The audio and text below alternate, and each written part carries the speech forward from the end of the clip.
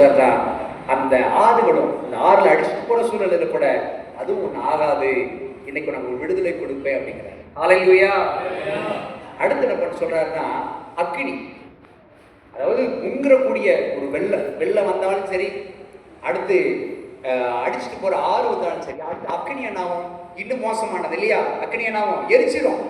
அப்படி ஒரு குப்பை மாதிரி ஆக்கிரும், நம்மளை புகையா மாத்திரும்.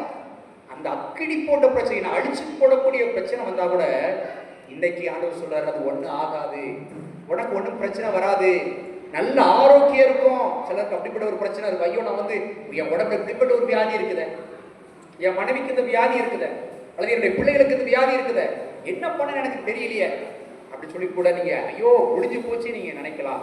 அந்த அக்கினி கூட உங்களுக்கு ஆகாது அப்படின்னு சொல்லி ஆண்டவர் வாக்கு கொடுக்கறது பார்க்கலாம். அதனால முதல்ல சொன்ன காரியம் என்னது? ஆண்டவர் உங்களை பேர் சொல்லி அழைத்திருக்கிறார், பேர் சொல்லி அழைத்திருக்கிறார். இந்த உலகத்துல ஒண்ணு மட்டும் புரிஞ்சுக்கணும், ஆண்டவர் உங்களுக்கு எந்த பிரச்சனை இல்லாத வாழ்க்கை தாரன்னு சொல்லியிருக்கிறாரா? இல்ல. உலகத்துல எல்லா மனுஷனுக்கும் பிரச்சனை இருக்கா இல்லையா? பிரச்சனை இருக்கா இல்லையா? பிரச்சனை இருக்கு. பிரச்சனை இல்லாத மனுஷன் யாருமே இல்லை, எல்லாருக்கும் பிரச்சனை இருக்கு. ஆனா அந்த பிரச்சனைகளின் நடுவில் கூட நான் உன் கூட இருப்பேன், அந்த பிரச்சனையில இருந்து உனக்கு அப்படியே எப்படி அதை கடந்து போறதுக்கு பலன் கொடுப்பேன்னு சொல்லிதான் ஆண்டவர் என்ன பண்றாரு? ஒவ்வொருவருக்கும் வாக்குத்தத்தம் கொடுக்கிறார். அதனாலதான் ஆண்டவர் சொல்றாரு, இன்னொரு இடத்துல சொல்லப்பட்டிருக்கு, உலகத்தில் உங்களுக்கு உபத்திரவம் உண்டு.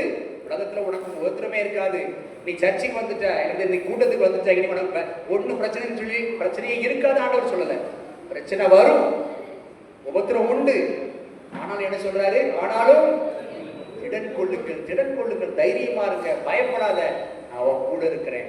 அந்த பிரச்சனையை கடந்து போறதுக்கு உனக்கு பலன் தாரேன், அந்த பிரச்சனையை உன்னை விட்டு அப்புறப்படுத்துறதுக்கு பலன் தாரேன், சில பிரச்சனைகளுக்கு உனக்கு விடுதலை தாரேன் அப்படின்னு சொல்லி என்ன பண்றாரு?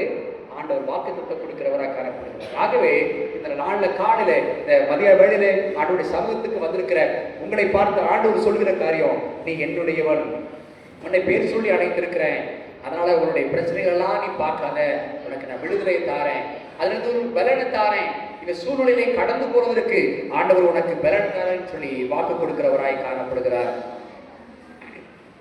சரி, இப்போ இந்த பிரச்சனைகளை எனக்கு விடுதலை வேணும், ஒரு நிம்மதியான வாழ்க்கை வேணும், எனக்கு பிரச்சனை இருக்கட்டு, ஆனா அது கடந்து போறதுக்கு பலன் வேணும்னா நான் எப்படி செய்யணும், என்ன செய்யணும் அப்படின்னு சொல்லி நீ கேட்டீங்கன்னா, முதலாவது ஒரு காரியம் ஆண்டவர் என்ன வேதத்துல சொல்லப்பட்டிருக்குன்னா, ஒரு வசனம் சொல்றாரு, பிரச்சனை நம்ம என்ன பண்ணுவோம்? ஒரு பிரச்சனை வந்துருச்சு சரியா, உங்களுக்கு ஒரு யாருக்கு பிரச்சனையே இல்லை, கை வைத்துங்க. எல்லாருக்கும் பிரச்சனை இருக்குல்ல? அக்கா உறக்க கை வைக்கிறாங்க, பிரச்சனை இல்லையா? அக்கா உங்களுக்கு பிரச்சனை இல்லையா? பிரச்சனை எல்லாருக்கும் ஏதோ ஒரு பிரச்சனை சரியா? அந்த பிரச்சனையை எப்படி கடந்து போனோம் அப்படின்னா நீங்க என்ன நினைக்கிறீங்க? எப்படிலாம் அந்த பிரச்சனையை நீங்க கடந்து போலான்னு நினைக்கிறீங்க? என்னெல்லாம் செய்வீங்க? என்னன்னா ஒரு பிரச்சனை கடந்து போயிட்டாரு, அடுத்த பிரச்சனை வந்துருச்சு. சரி, இந்த பிரச்சனைனா என்ன, எப்படி நீங்க என்ன செய்வீங்க, எப்படி சமாளிப்பீங்க? பிரேயர் பண்ணுவாரு, அவர் ஜெபம் பண்ணுவாரு. சரி, அடுத்து ஆட்டோமேட்டிக்கா போயிடும். சரி, ஓகே. அடுத்து பிரச்சனை சமயத்துல நிறைய என்ன பண்ணுவாங்க? அழுவாங்களா இல்லையா? யாரெல்லாம் உட்காந்து அழுதுகிட்டு இருப்பா, ஐயோ இப்படி ஆயிடுச்சு போச்சு, அழுறோம். நிறைய பேர் என்ன பண்ணுவோம்? குழப்பம். எப்படி பக்கத்து வீட்டுல குழம்பிட்டு இருப்பா, அக்கா எனக்கு போச்சுங்க இப்படி பிரச்சனைக்கா, என் பிள்ளைன்னு சொல்ல முடியாது, கேட்கறது இல்லக்கா, இல்லை எனக்கு ஒரே இந்த ஃபீஸ் கட்ட முடியலக்கா, சாப்பாட்டுக்கே பிரச்சனைக்கா, எனக்கு முட்டி வலிக்கா, இடுப்பு வலி, கட்டுவலி, என்ன பண்ணுவோம்? குழம்பிக்கிட்டு இருப்போம். அப்புறம் அது இயற்கை. ஆனா இதுல ஒரு விடுதலை கிடைக்குமா? நமக்கு விடுதலை இருக்குமா இல்லையா? ஆண்டவர் என்ன சொல்றாருன்னா, பிரச்சனை வரும், ஆனா நீ ஒன்று செய்யி, ஆபத்து காலத்துல என்ன நோக்கி கூப்பிடு, நான் உன்னை விடுவிப்பேன், நீ என்னை மகிமைப்படுத்துவாய் அப்படின்னு.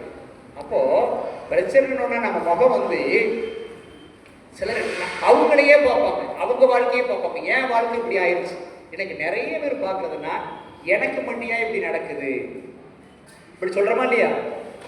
எனக்கு மட்டும் ஏன் இப்படி நடக்குது, எல்லாருக்கும் நல்லா தானே இருக்கிறாங்க, எனக்கே அந்த பிரச்சனை அப்படின்னு சொல்லி நம்ம குறிச்சே நம்ம கவலைப்பட்டுக்கிட்டே இருக்கோம். நிறைய கவலைப்பட இன்னும் நம்ம என்ன பண்ணுவோம்? துக்கம் தான் நமக்கு வரும். சிலர் என்ன பண்ணுவாங்க? எல்லார்ட்டையும் சொல்லுவாங்க, சொல்லி புலம்புவாங்க. ஐயா எனக்கு இந்த பிரச்சனை, அக்கா எனக்கு பிரச்சனை, அண்ணன் எனக்கு பிரச்சனை சொல்லி பிரச்சனைகளை மற்றவங்க சொல்லி சொல்லி என்ன பண்ணுவாங்க, அப்படி குழம்பிக்கிட்டே இருப்பான். அதனாலதான் பைபிள் சொல்லுது,